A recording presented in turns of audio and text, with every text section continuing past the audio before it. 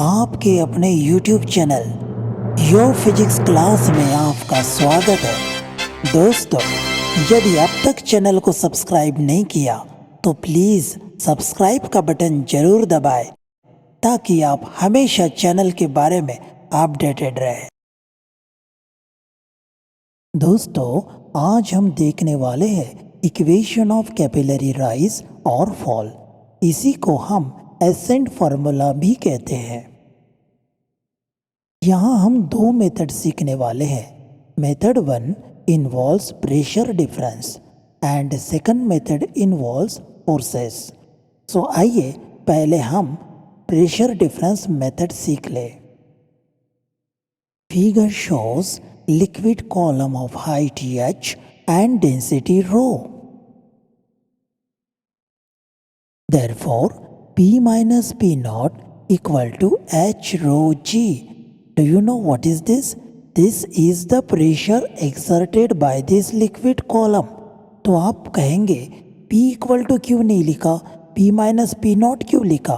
तो सुनिए, P यहाँ एब्सोल्यूट प्रेशर है और P नॉट एटमॉस्फेरिक प्रेशर है। ये दोनों ही एक साथ होते हैं, लेकिन मुझे सिर्फ लिक्विड के कॉलम का प्रेशर चाहिए, इसीलिए मैं P माइनस P नॉट करके लिया। इस संदर्भ में एक वीडियो पहले से जारी हो चुका है, उसकी लिंक आपको नीचे डिस्क्रिप्शन बॉक्स में मिलेगी, वहाँ से आप वो वीडियो देख सकते हैं। अब हम नज़र डालते हैं मेनिस्कस के ऊपर में। तो दोस्तों, यह मेनिस्कस कॉनकेव नज़र आ रहा है। जब भी लिक्विड सरफेस कॉनकेव रहता है तो प्रेशर डिफरेंस क्रिएट होता है, और प्रेशर डिफरेंस यहाँ पर होना चाहिए 2T/R। अब ये जो फार्मूला हमने यहाँ लिखा, इसका भी डेरिवेशन हमने पिछले वीडियो में दिया हुआ है, उसकी भी लिंक नीचे डिस्क्रिप्शन में मिल जाएगी। सो T यहाँ पे सरफेस टेंशन है और R रेडियस ऑफ मेनिस्कस है।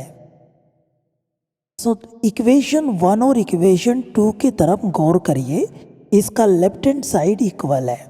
किसी भी इक्वेशन का एक साइड इक्वल होता है तो दूसरा साइड इक्वल होना ही पड़ता है।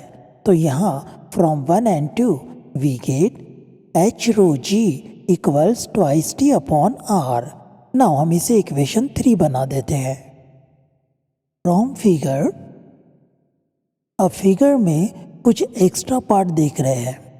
जो येलो कलर का आपको दिखाई दे रहा है वो असल में मेनिस्कस की रेडियस ऑफ कर्वेचर का स्पीयर है। यहाँ capital R radius of curvature है मेनिस्कस का, और स्मॉल r कैपिलरी का रेडियस है। थीटा एंगल ऑफ कांटेक्ट है। आइए इसे थोड़ा जूम करके समझाए। यहाँ आप एक राइट एंगल ट्रायंगल देख रहे हैं। इसमें R और कैपिटल R दिख रहा है। R एडजेसेंट साइड है, कैपिटल R हाइपोटेनस है। कोई भी हाई स्कूल स्टूडेंट इसे देख के बोलेगा cos theta equals capital R। Clear? तो हमें कैपिटल R चाहिए, तो कैपिटल R मिलेगा स्मॉल r/cos थीटा। तो दोस्तों, अब ये वैल्यू हम अपने इक्वेशन नंबर 3 में पुट करते हैं। So from figure we get capital R equals small r/cos theta. Equation 3 becomes h rho g equals 2T cos θ/स्मॉल r। क्लियर? अब इसे थोड़ा मॉडिफाई कर लेते हैं। h equal to 2T cos θ/स्मॉल r rho g।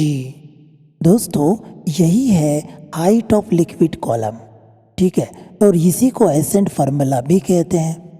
जो हमें रिजल्ट चाहिए था इक्वेशन फॉर कैपिलरी राइज और फॉल, वो यही है।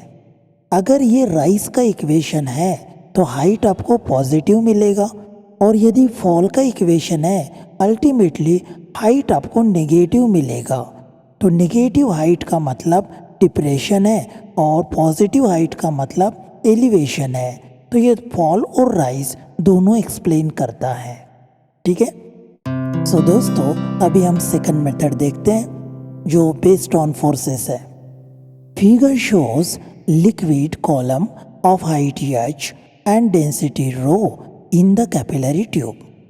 सो अभी हम देख रहे हैं various forces acting at the point of contact.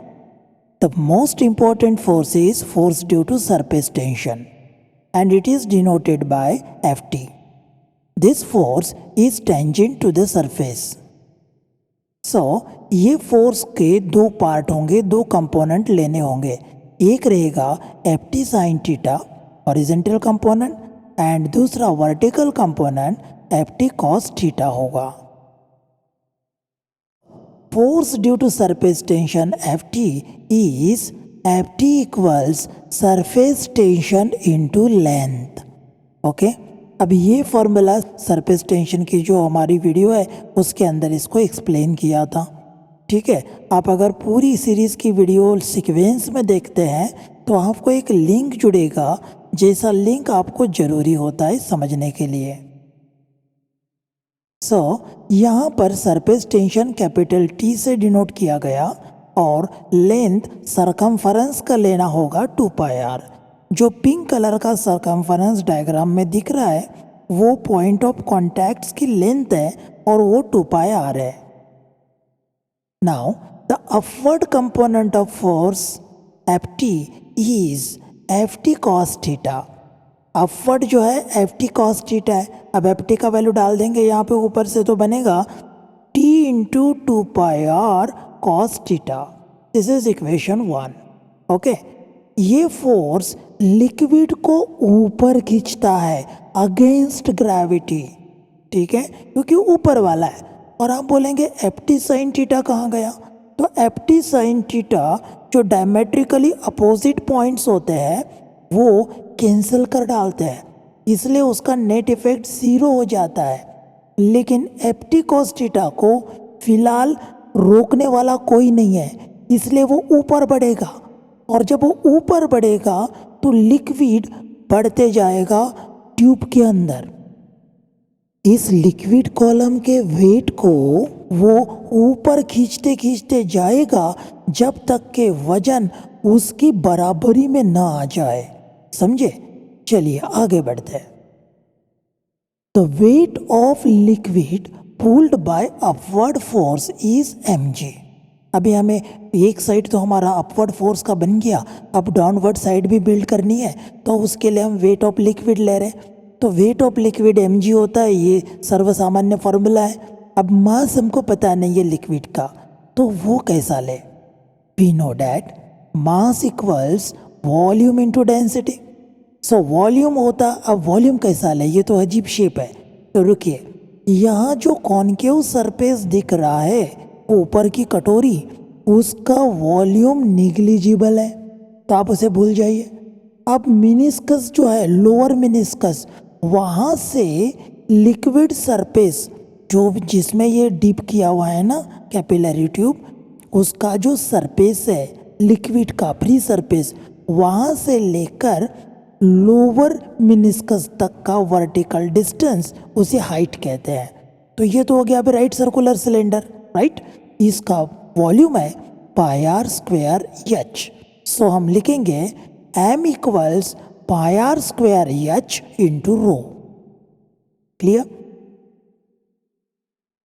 Therefore mg equal to πr² h rho g। ये है वेट ऑफ लिक्विड कॉलम। ठीक है, अब ये वेट ऑफ लिक्विड कॉलम नीचे खींच रहा है और Ft cos थीटा वाला फोर्स ऊपर खींच रहा है, और इनके टग ऑफ वॉर में जीत किसकी होगी देखते हैं। अभी तो फिलहाल Ft cos थीटा ऊपर जा रहा है। ठीक है, Ft cos theta pulls liquid till it equals mg। मतलब जब अपवर्ड फोर्स और डाउनवर्ड फोर्स इक्वल हो जाएगा तब ये रुक जाएगा। Okay, so in equilibrium Ft cos theta equals mg।